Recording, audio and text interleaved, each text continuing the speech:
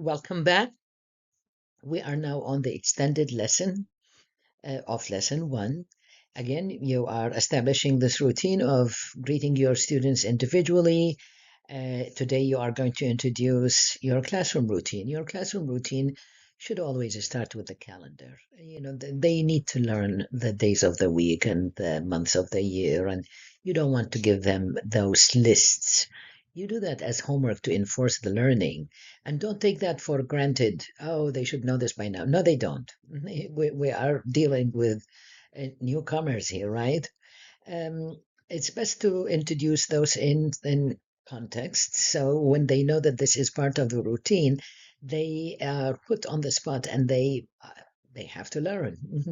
And they will get it. Maybe not right away, but hang in there. They will change attitude, and this will become a very familiar thing and a very silly thing. And eventually, you don't have to do calendar. They can take lead and do calendar, whether within a week or two. Trust me on this one. I've seen it happen in my class. So you're going to display calendar with days, months, seasons, also weather conditions, because you're teaching all that. Point at Monday if that day is Monday, and ask students, what is today? Write that question on the board. Is today Sunday? Point at Sunday. Is today, and point at Tuesday. Is today Tuesday? No way. Today is Monday. Point at Monday. What is today? Today is Monday. Now you say it, meaning students. What is today?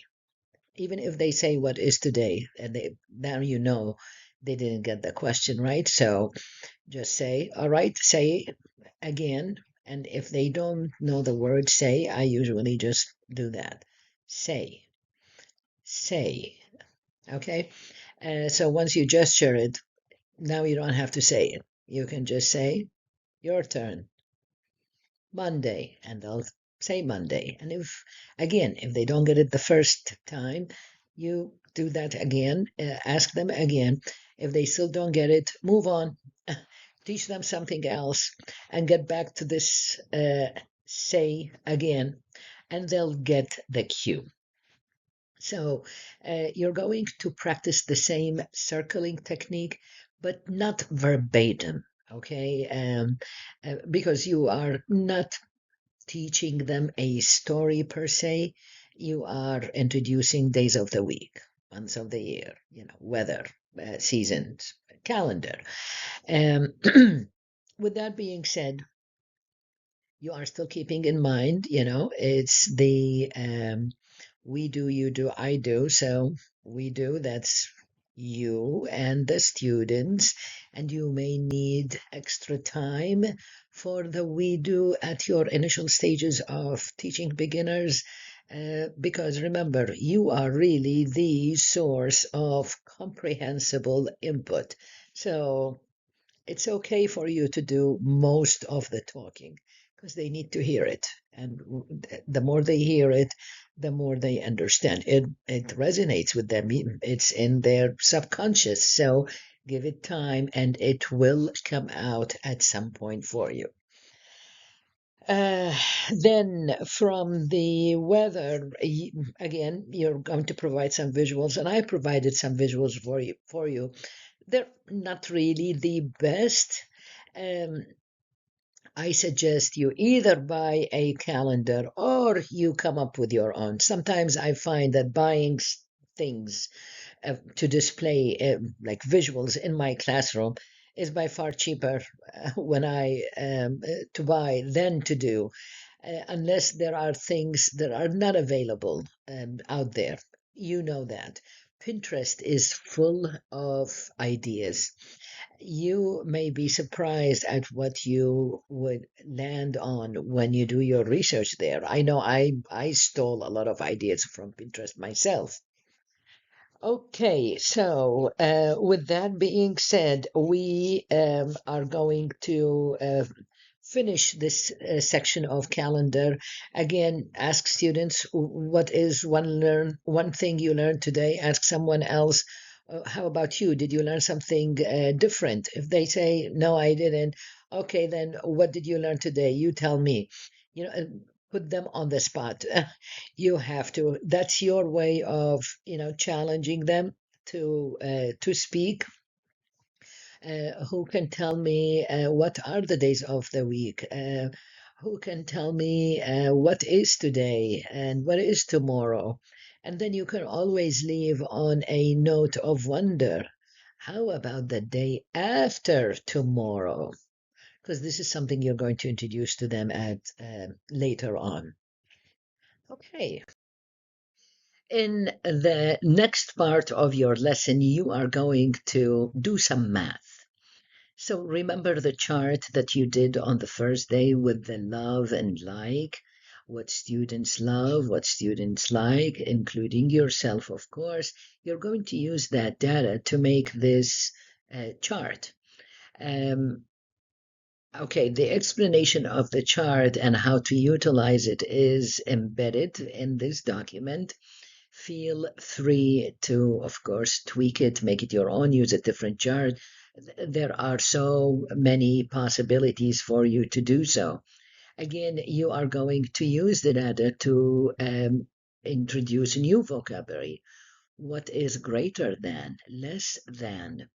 Again, this is more concrete because they can see it on the chart. It's visual, it's there. And at the same time, you are teaching language that is specific to their math class. And use the language in your circling questions about the chart because students are now accustomed to that type of questioning. You are injecting TPRS not just in your stories, but you are also injecting it in the way you teach them calendar, which is your daily routine, and in other activities, such as today's activity about the chart. Ask them, that's your exit ticket. What is the one thing that they learned today, or the two things they learned today, or the three? I don't ask for more than three. They are newcomers or beginners, and it's hard for them to articulate more than three things that they learn in a lesson. So stick to one, two, or three. Now, if they don't talk at all, can they gesture it to you? Can they draw it to you? Give them that as an option. Can you write the answers on a little exit ticket and ask them to point at it? That's again a way for them to answer or for you to assess whether they did get it or not. So next is going to be Simon Says. You want to move them around, okay? You are introducing Simon Says, and you are also going to go over the same song, the Head and Shoulders, and um, I have that in the resources of day one. Use it again. Kids love it. It's movement, it's learning, and it is fun, and it's music as well. With Simon Says, it's different. So introduce them to Simon Says. Again, set it up the way you want to, with prizes, without prizes. That's entirely up to you. But I can guarantee you they will love both, and they will ask you, can we do, Simon Says, can we do Head and Shoulders? Okay, with that being said, we are on the last slide here. If you still have time, use the body part worksheets to have them practice what they just learned. This is another way to um, make the learning concrete. And you can also prepare a packet in that worksheet generator, whether you're going to scramble the order of days of the week and months of the year, or you may scramble the actual word to teach them spelling. That's entirely up to you. Again, you know your students best, and these are just suggestions that I am making to you. And the next thing you want to do is definitely introduce the classroom rules. You don't want to wait until it's too late. Your classroom rules must be established within the first day or to the latest. So I have written those ones that I adopted from TPRS experts, but I added my own.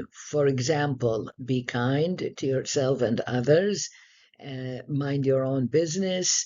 These are definitely my own that I adopted from TPRS experts. And I mean both of them because kids can get way out of control when it comes to um, attitude and or getting in the business of someone else. You want to eliminate that. Again, you are establishing a classroom of kindness in your environment. Your environment is a controlled environment, and you are definitely the person who is in charge, and they need to know that. So, another activity that I incorporated is the face features. The sheet is in the resources.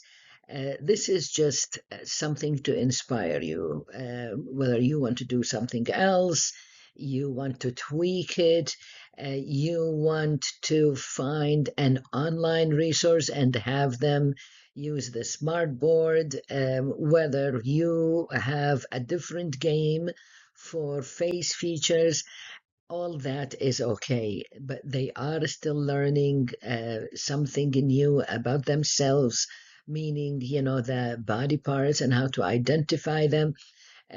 I use also a felt board, as I explained in my lesson, and it was a great investment. Kids always like to do that, and sometimes they use it to even express feelings and so forth. It's like a talking piece. And oh, and I bought mine from Temu website. I don't get anything for promoting it, but it's definitely one place I go to, and I do shop a lot for my classroom from that website.